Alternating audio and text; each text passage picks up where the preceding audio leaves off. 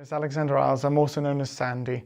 I run a guided walking tours company in Newcastle called Iles Tours.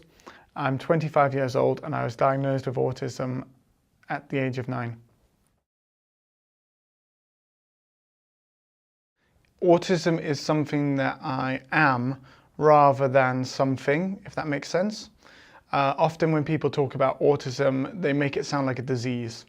And that's something that I have an issue with because this is just the way I am, the way I'm born. I personally don't feel as if I'm very, very different to anyone else.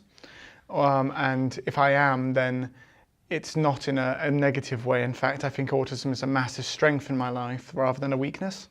So when people say, what is autism to you? I'd say it's nothing because it's the way I am.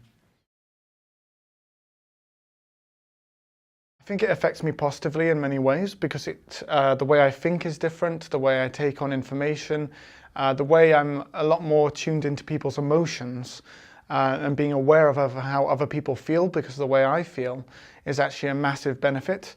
In my own work, I actually work as a tour guide, so I spend a lot of time in the first 5 to 10 minutes of my tours actually reading people's body language, what they respond to, how they act, and then I can judge how I want to go forwards.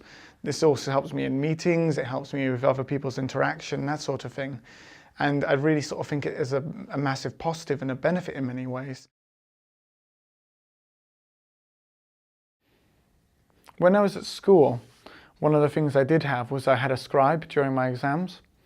The reason for that was because I also have dyslexia. And so that was actually a benefit for me because I actually learnt how to actually memorize huge amounts of information and then speak written English, which is really quite hard because you have to put commas, exclamation marks, full stops into your sentence while you're speaking it.